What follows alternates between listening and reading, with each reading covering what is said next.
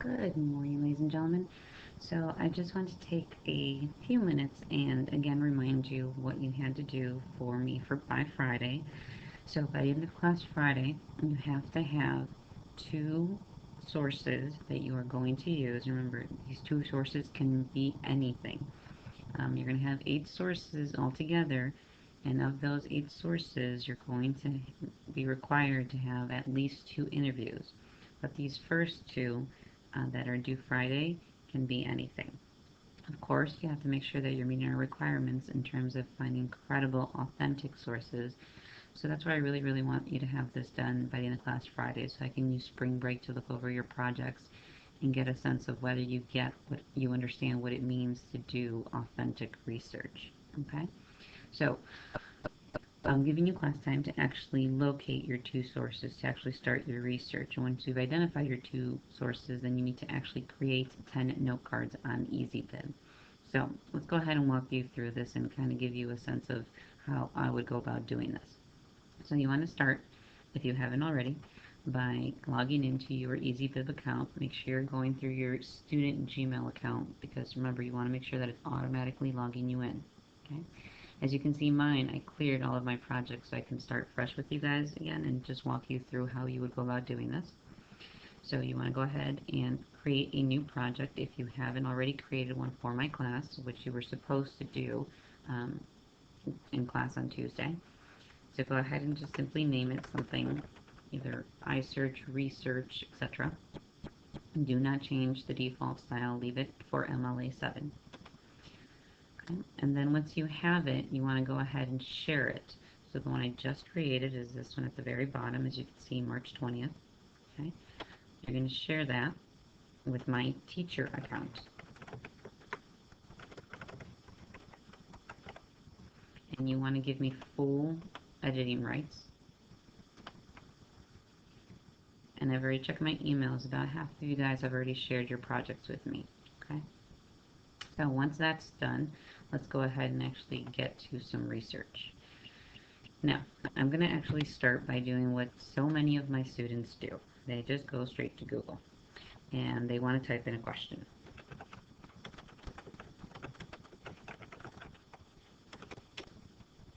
Now, I'm doing this to show you how this is a bad idea. You don't get a lot. First thing that usually comes up is Wikipedia, and we talked about how Wikipedia is not a good source to go to when it comes to citing information. You can go to Wikipedia to get basic background information, but you should never cite it, especially for research papers. Your professors will laugh in your face. Alrighty? So I'm just going to continue looking at some of the options that came up from the results. And again, this was not a good idea to type in just a basic question, because look at the kind of things I'm getting. Career profile, musiciansabout.com. Not all music jobs are on stage or behind the scenes. Someone has to be right about the music. Someone has to be right about the music. What? So I'm not even going to click on that. How to become a music journalist. Music journalists write news. That's from WikiHow. Again, I'm going to avoid those. What does a music journalist do? Wisegeek.com.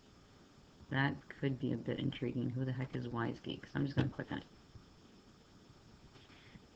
So I'm already seeing that it says Wisegeek is clear answers for common questions.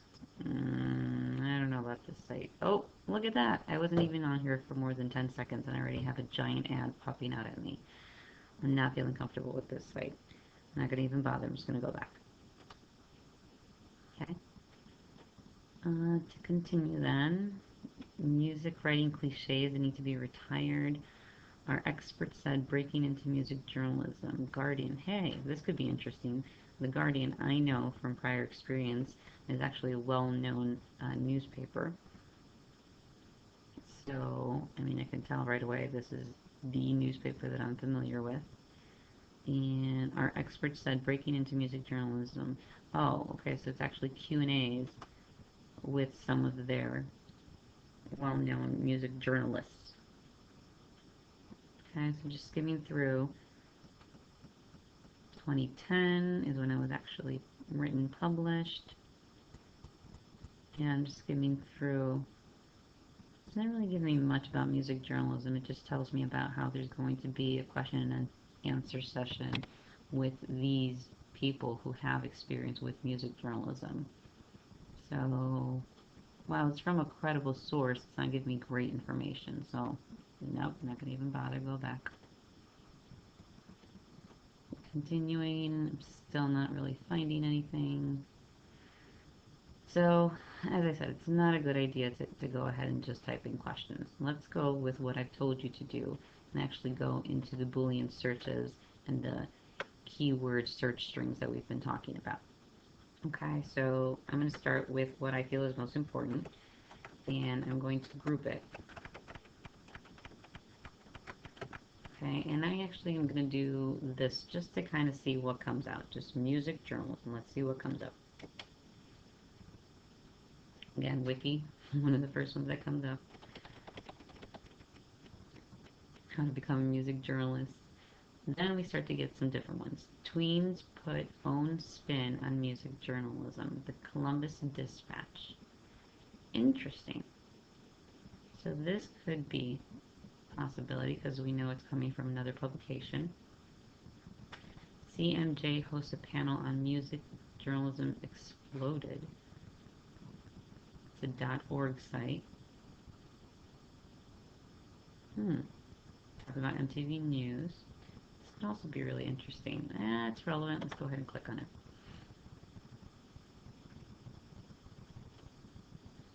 Okay, so CMG, just by clicking on the site, you can see it's referring to the Columbia Journalism Review, so obviously it's legitimate. It's the Columbia Journalism publication, which is very well known. Okay, and then just skimming through, I'm trying to get a sense of what the article's about, whether it's even going to help me. And it seems like it could offer me some good information, because this is something that is fairly relevant. Okay, because I'm looking right here, it's from 2012. And again, I know it's from a reliable source. So, I mean, I'd obviously want to read through this carefully, but just for the purposes of showing you how to conduct research, I'm going to go ahead and say that I want to use this one. So, I'm going to copy the URL, and I have to go back to my EasyBib. Okay, so in my project, I'm actually going to go to my bibliography. Okay, and I want to actually cite this. So I'm going to paste my URL. Okay, and then EasyBib will only do so much of the source, but what I do like about this one is it will help you verify whether something is credible or not. It will help you. It's not going to always be correct. Even EasyBib has issues. Okay, so they're already telling me right off the bat that it is credible. But there is information that is missing that they weren't able to pull, so I have to actually go in and find that information. So they already found the title, but even they messed up. That's not even the title. The real title is this one. So I'm going to go ahead and fix it for them.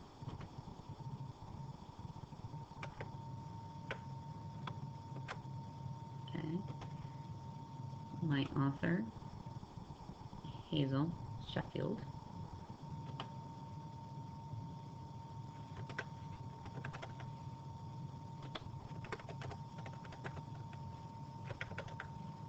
The 2 F's? I don't remember. Yes. Okay. They have the website title, the publisher.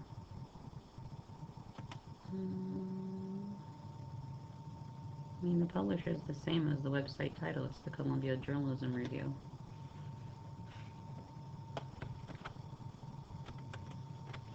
Okay, there's already have the URL. Leave out the URL unless the source cannot be located without it.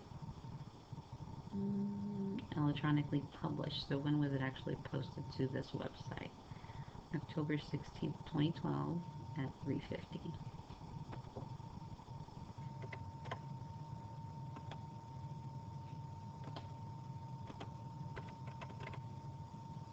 Okay, when did I actually access it? Well, March 20th. Okay, and go ahead and create the citation. Yay, and here it is, right there. Now, this is important because when it comes to your note cards, you're going to want to have this information already there. Okay, so there's my first source that I found that I'm going to use. So I'm going to actually go ahead and start creating my note cards. I'm going to click on Notes and Outline, and then New Note. And I'm going to call this one, well, I have to figure out what I'm going to write about first, or what I'm going to copy down from this article. This guy right here, who is a senior vice president of MTV News. I mean, he's a pretty big deal. He's a senior vice president of MTV News. And he's, according to him, saying that music journalism has exploded into a million tiny pieces. The playing field is level. It's an exciting but also terrifying time for big media. I'm intrigued. I would want to find out more. So I'm going to go ahead and copy down this because I think it's interesting. And I'm going to use it as one of my note cards. And it's an actual quote, not because it's in quotation marks, because I'm copying it word for word from the article. Remember, quote simply means that you are copying it word for word from your source. It does not have to be in quotation marks. Mine just happens to be in quotation marks. Okay? If you do not want to do quote, you can go ahead and do paraphrase. Either one works. When it comes to the final product, meaning your phase 2, I should see few quotes. The majority of your phase 2 should be paraphrases. Okay? So you can do the work now and paraphrase it now, or just save it for your actual phase 2. It's completely up to you. So I'm going to go ahead and title this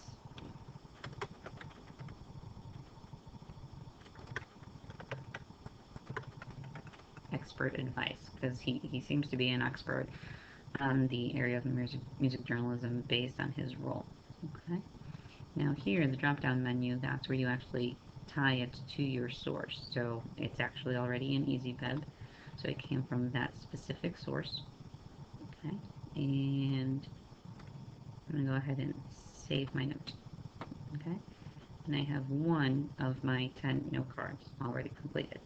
Okay, the last thing I want to show you real quick is, now that we have started basic research, remember you can go in and actually start using those keyword search strings that you have on your Essential Questions doc. I made you do it on the back of your Essential Questions doc, because then you can start to get more specific. So let's say I want to do music journalism as a subject, but then I also want to look at the history, like where did this all come from? Okay, and you can actually start getting into specifics with your research. Alrighty. The other thing, really quick, that I started to show you today in class was the databases. Remember, the databases are going to be a big help for you. If you don't remember what they all are, on the Research Quick Links section, along the bottom left, not only are the tutorials for EasyBib there, but you'll also see brochure subscription databases, and it'll actually give you a brief description of all the different databases that are at Leiden, as well as the passwords, because if you try to research at home, which you should be doing, they are going to prompt you and ask you for the username and password. It's really simple. It's Leiden Eagles for most of them, but just to be on the safe side, they put the brochure link here that provides descriptions as well as the passwords and usernames for the databases, so you can access them at home. Okay? So going on with the databases, that I like to start with is Student Resources and Context. I've always found it very helpful for me. And I just quickly typed in the username, Leiden, and it took me right away to Student Resources and Context. I didn't even need the password, it just wanted Leiden. Okay. So I'm just going to go ahead and go to Advanced Search. I just like Advanced Search. I don't like the main search bar up here. I like to make it very specific, and I don't like to waste my time. So I'm actually going to start with journalism, and I'm going to make that my subject.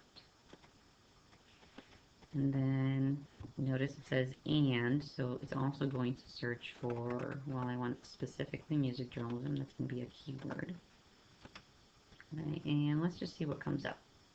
So scrolling down, I'm looking at my options. I want full text documents for sure.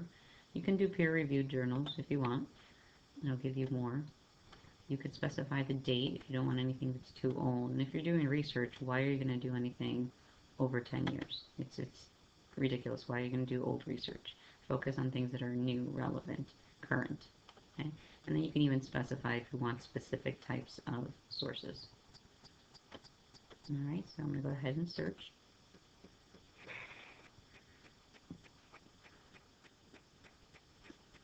Alright, let's see what comes up.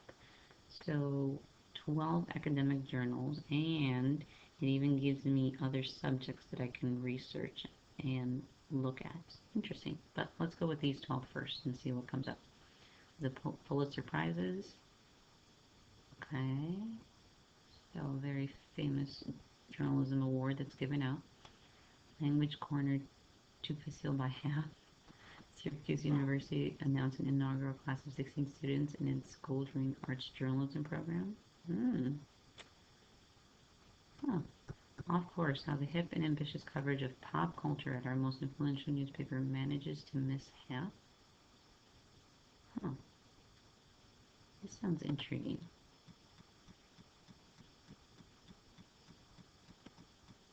And so just skimming through, it does talk about music, and it's the New York Times, so obviously it's music journalism. And it seems to be critiquing how it let trends in popular culture pass by, so they were only focusing on the classical music and not the popular stuff. And again, pop music. So it could potentially work. Again, I'd have to do a closer reading to actually see if it's legitimate for my specific research question. But just for the sake of this video, I'm going to go ahead and say that yes, I would want this to be one of my sources. Okay, so the nice thing about this one that they do for you is that they actually cite it. And so, for some reason it's not down at the bottom, but up here it says citation tools. Okay, I want MLA. Keep. And my citation is this top one right here. You don't need the URL. So I copy and paste that one. And I have to go back to bibliography because I'm not note cards anymore.